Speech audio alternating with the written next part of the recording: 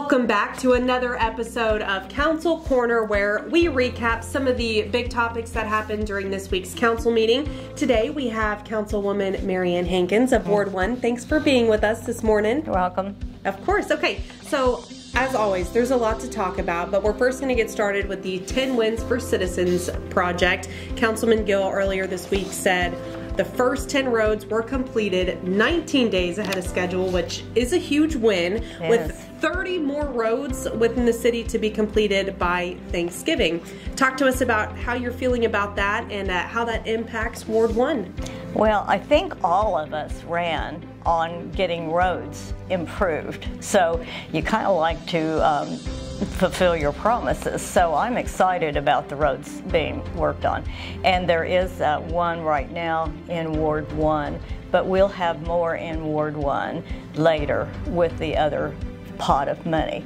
But we'll get there.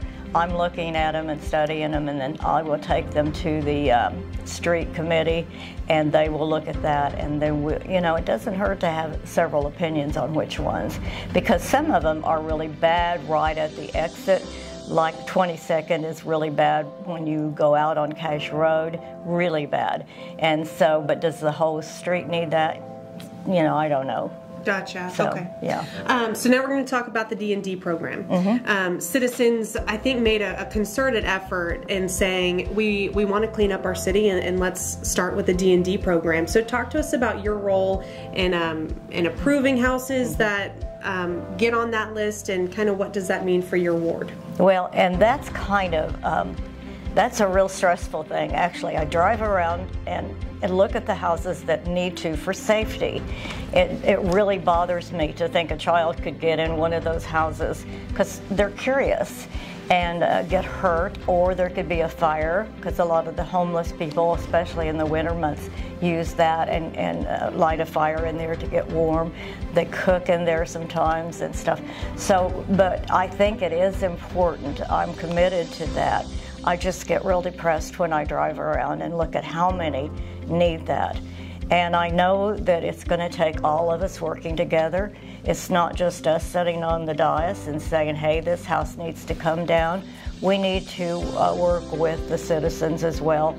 And I remember being in those situations sometimes as a single mother where it's like, how do I get this old refrigerator out? I mean, so sometimes you have to ask for help. Yeah, and an interesting thing that I found out earlier this week about our D&D program, since 2021, 22 homes have been remodeled and issued certificates of occupancy, which is kind of encouraging. It is. Once they get on that list, it's not the end-all be-all, possibly. Well, and I've always said we need habitable, affordable housing for people.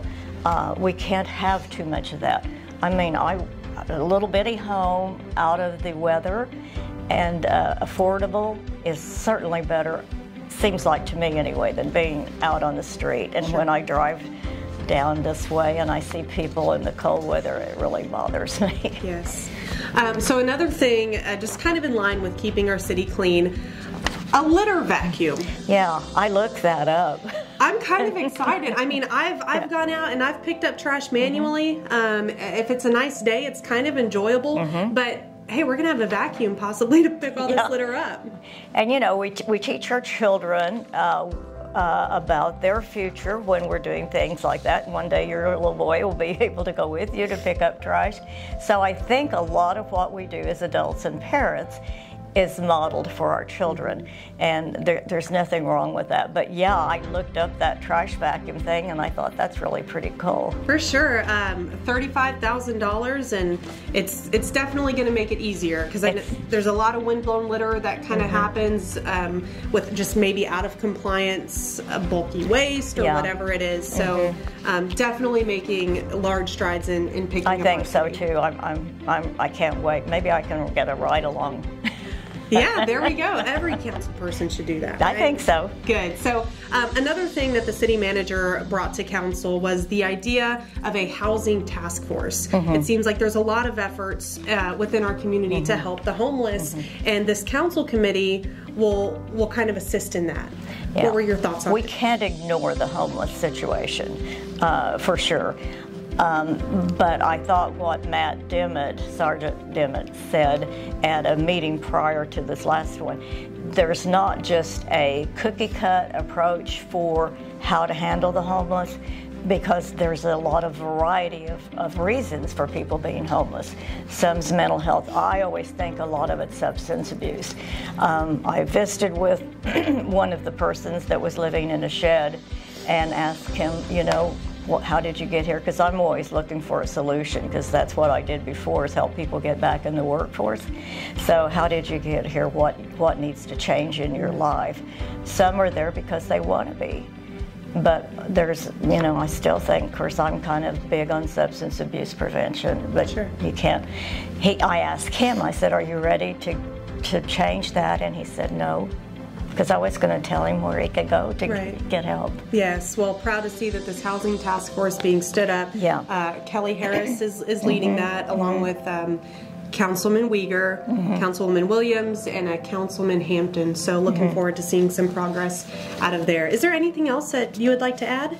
Well, let me see. I had some notes, because, you know, this is like old home week, because you and I have done this before. Right. So anyway, oh yeah, you know, the mayor always seems to enjoy embarrassing me that I don't have a neighborhood watch. And so anyway, we had 3 going, and then they changed the wards too with real.